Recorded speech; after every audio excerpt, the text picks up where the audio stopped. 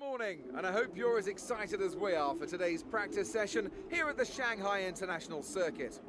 This 5.45 kilometer track provides both low-speed cornering and a long high-speed straight, a combination that will challenge even the most experienced driver.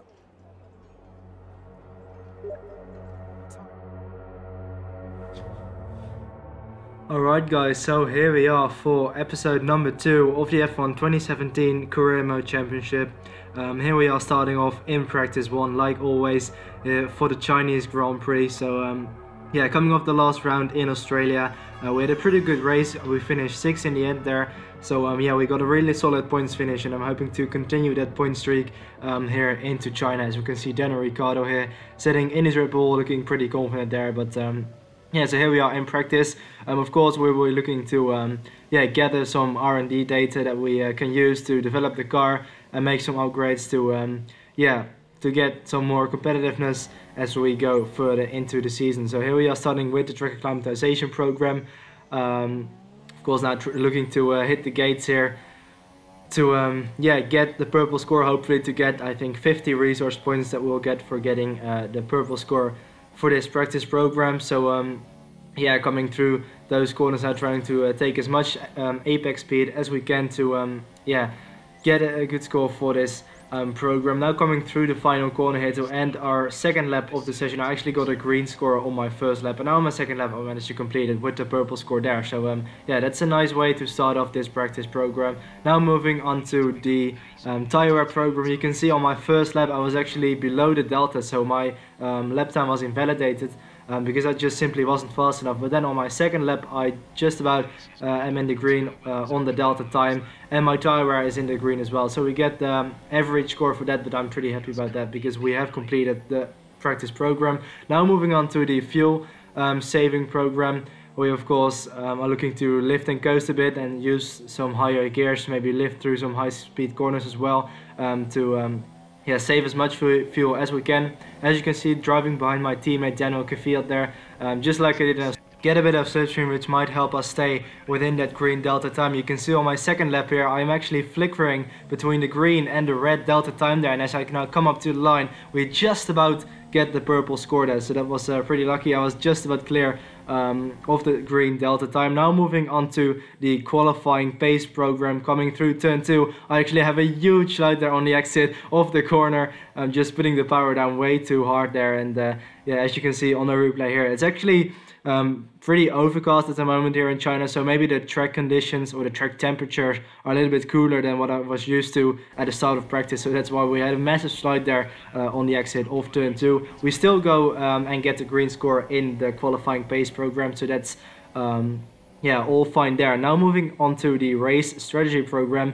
Now on my first lap, you can see driving behind Daniel Ricciardo there to again get a bit of a tow on my yeah, first lap here. And of course we need to complete 3 laps in the green in this practice program in order to get the perfect score. So here you can see at the end of my first lap I managed to get the green score, and then on my second lap I think I actually graveled it, so that's why the dot on the top of your screen, the second dot there, is in the red. But now on my third lap I managed to get the green score again, so we just need to get 1 more green lap, and at the end of my fourth lap I managed to do that as well. So that's the perfect score for the race strategy program.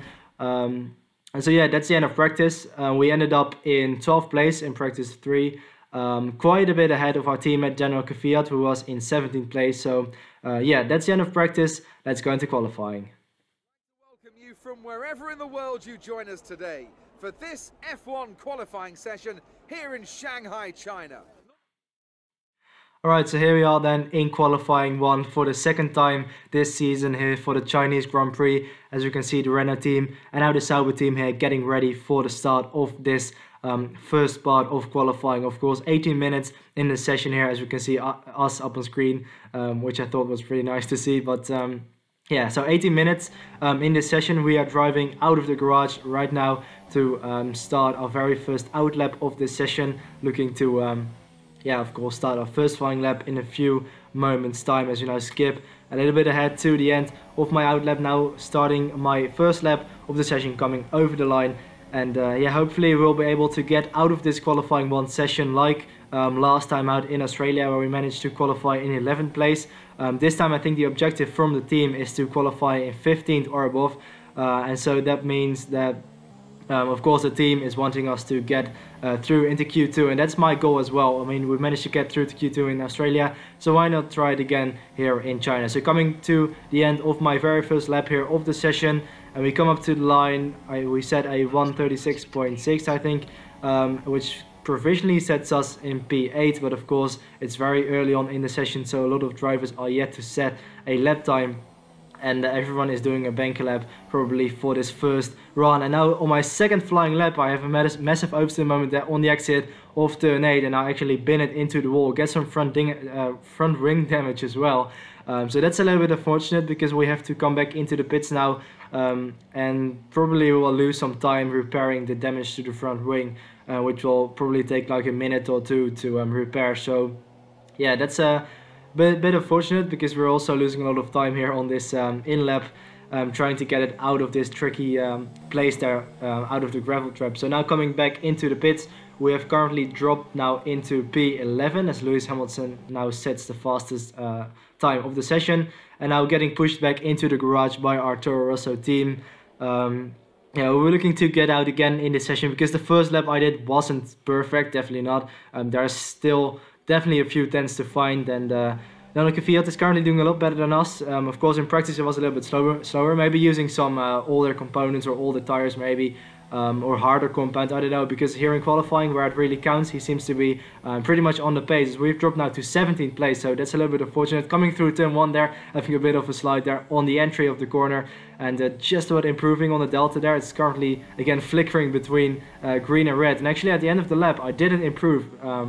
The delta was in the red there, and now on my second lap on this run I have a massive oversteer moment there, again out of turn 2, just like in practice, and so that meant that I couldn't improve on that second lap as well. So we are actually out of qualifying 1, which is very disappointing. Our teammate there getting through in P12, but so yeah, for the first time this season we haven't made it through to Q2.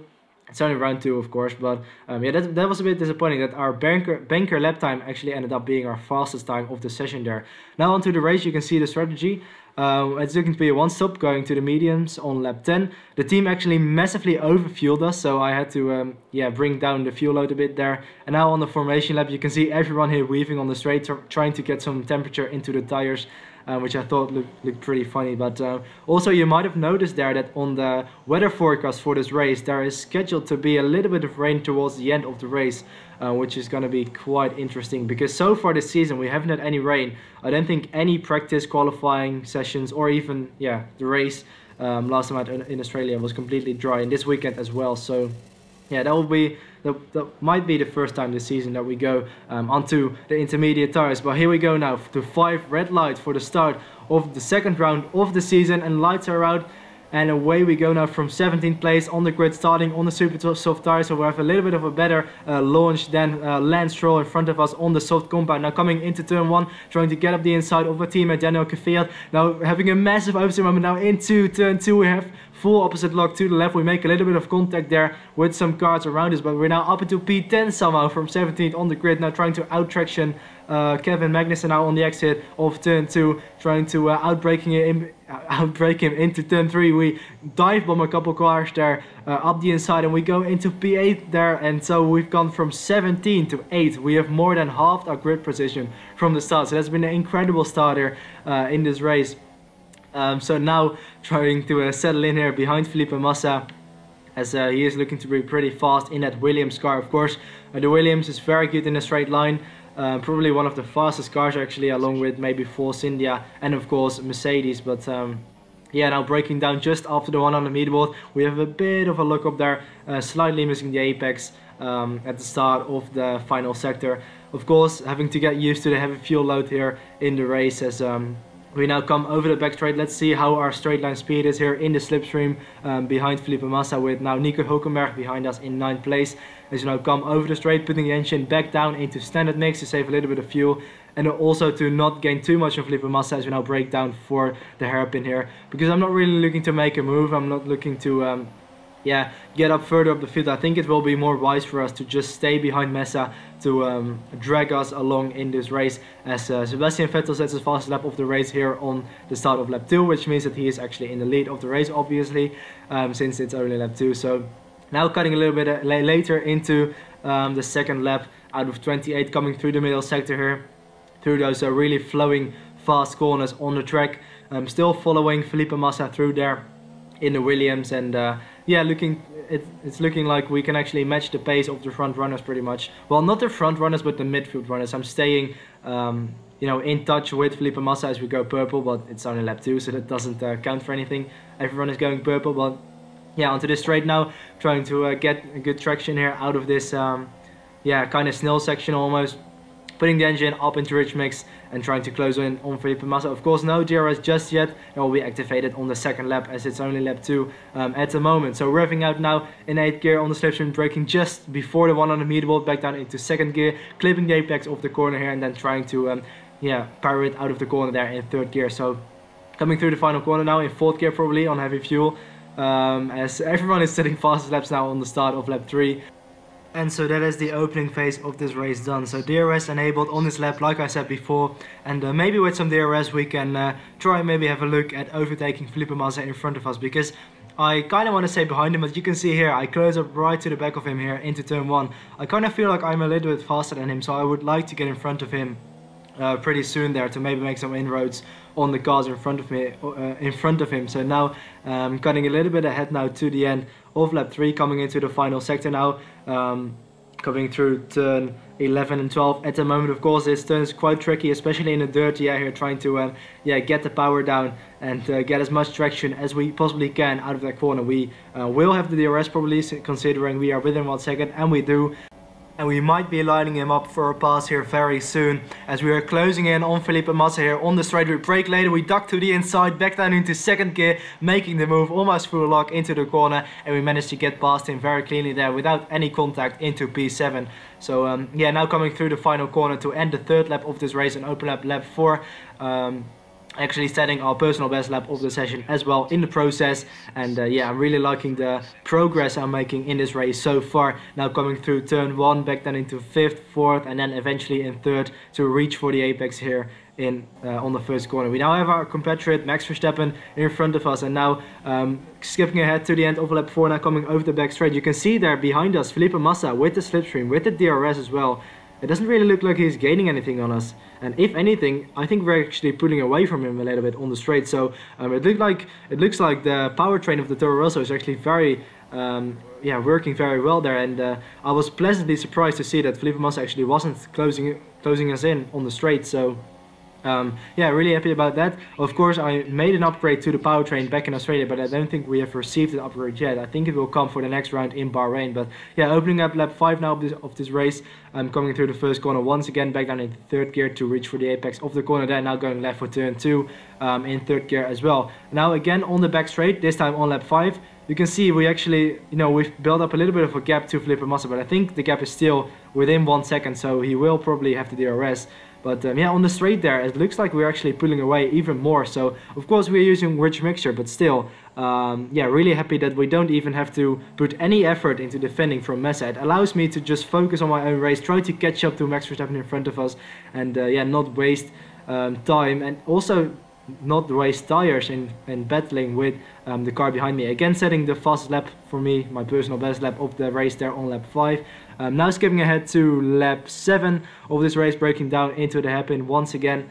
You can see the tires there on the graph on the bottom right of your screen are starting to wear out a little bit. So yeah, most tires are about at around 40%, and we are scheduled to come in on lap 10. So the tire wear is pretty much as expected, and actually a few option runners are starting to go into the pits now, so that promotes us up into P5. So pretty early stop to go in at the end of lap 7. That's 3 laps earlier than what I'm planning to do, and they have started on the same combat of tires. But of course they have probably done some running on it in Q2, so that's probably the reason why some AI cars are opting to come in a little bit earlier to maybe fend off some drivers around them by using the undercut to effect. So now on the start of lap 9, we have again a couple cars into the pits, and that now promotes us up into P4 of this race, coming through the first corner once again, and now cutting a bit ahead to the end of lap 10, coming through the final corner now, still in 4th place with now Romain Grosjean behind us, as he actually gets overtaken by Valtteri Bottas as I say that. And this will be my scheduled lap to come in, so as you can see we are going straight ahead here into the final corner to peel off into the pit lane. I'm not trying to do a Hamilton there by driving into the gravel trap on the exit of the corner going into the pit lane. We have a bit of a slow stop there because I actually forgot to release the clutch on the exit of the pit box there, and now I actually forgot to put off the pit limiter there, so that was really purely a rookie mistake there, because I think this was only my 2nd race on this game, and we have a massive slide there into turn 1. That's one way to warm up your tires. I actually did that on purpose to get some temperature in the tires. No, of course I didn't. That was completely not on purpose, but you know, that's one way to warm up your tires after you have put on some fresh tires into the pits. But yeah, talking about that pit stop, I forgot to, you know, when the team released me. Usually on older F1 games like F1 2016, you could just, you know, do nothing and the team would release you. And now you have to engage the clutch, build up the revs, and then release the clutch as soon as the light goes green. But I actually completely forgot to do that, so we lost a few seconds there. And then on the exit of the pit lane, I forgot to turn off the pit limiter, so we again lost maybe a second or two there. So that was a bit disappointing there, because we will probably lose some time to the drivers who have either done the undercut on me or the overcut, because maybe some drivers behind me started on the harder compound and are going longer into this first stint. Of course, we have gone to the medium, so we'll be doing the one stop today, going to the end of those tires. So we are on 11 of 29 at the moment, so we have to take those tires pretty long, but hopefully we'll be able to do that because we have made it to our scheduled lap in our first run on the super soft tires. As our teammate is now in the pits, he is on a similar strategy, I believe. He is also starting on the super softs and going to the mediums. So yeah, he has stretchy super softs 1 lap longer, and he's probably gonna have 1 lap fresher tires towards the end, which might help him a little bit. Now coming through the final corner and opening up lap 12 of this race, we are currently in 14th place, 13 now. I believe we were in 17 before, but some drivers have made a pit stop, including my teammate, of course. Hopefully my teammate can make some inroads on the drivers as well to get himself a little bit further up the road. I believe he didn't score a points finish last time out in Australia, so he's still on 0 points, and hopefully he can come a little bit closer to me now, as I think he's a little bit further down the field at the moment. Again, few people are in the pit, so we move up from P13 to P11 now. We're expecting rain in around 10 to 15 minutes. And the rain is expected between 10 and 15 minutes, so that's very interesting because we're on lap 14 at the moment. 10 to 15 minutes, so we'll probably be around lap 24, so if the rain comes down hard enough, we might see a transition onto intermediate tires, and maybe even the full wets, but we'll have to wait and see. You have 11th place. Perez ahead. The gap to the car ahead is 6.7 seconds. They're on old super softs. Grosjean is behind you. Less than a second separate you. They're on fresh mediums. Look after these tires now. We want to finish the race on this compound. 15 laps still remaining. Alright, so a lot of information there from our engineer Jeff. Yeah, so 15 laps still remaining, 40 now as we now come over the line. Yeah, he was telling us about the car in front and behind us. We currently have Paris in front, who is on the super soft tires. So he is going to make another stop in his race because he can't take his super softs all the way onto the end of the race. And Grosjean behind us, I'm not sure if we're racing him effectively. I think we are, because he is on the mediums, and I think he pitted for the mediums. So he is probably going to the end as well. Yellow flags there briefly, not quite sure what that was for. There's a car parked up. It's actually Sergio Perez, so I was just talking about him. He's now out of the race, so that promotes us up into P10 and into the point scoring positions now. But like I said, I don't believe we are racing here effectively, because there are still cars in front of us who are who have started on the mediums. Maybe Grosjean is one of them as well, I'm not sure, but we'll probably be a little bit further up the field once all the pit stops shuffle out. We're accumulating some wear on the MG UK. We need to stay out of rich fuel mode to manage it.